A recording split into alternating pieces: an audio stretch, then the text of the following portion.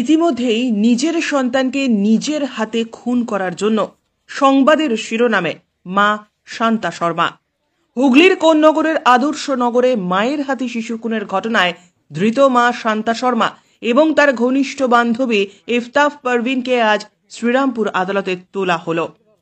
আদালতের বিচারক তাদের 9 দিনের পুলিশি হেফাজতের নির্দেশ দিয়েছেন।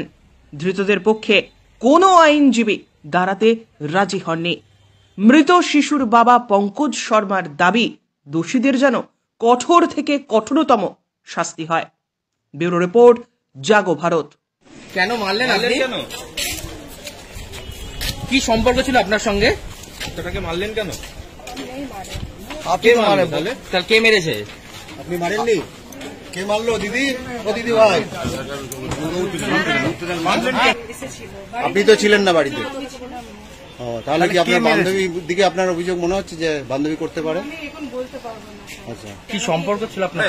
দাদা দাদা একটু রিকোয়েস্ট করছি দাদা, জ্বালা দিচ্ছি আর মুখ ঢাকছে।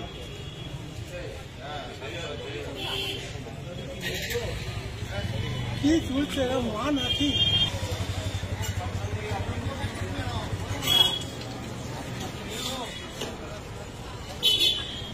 কি হয়েছিল?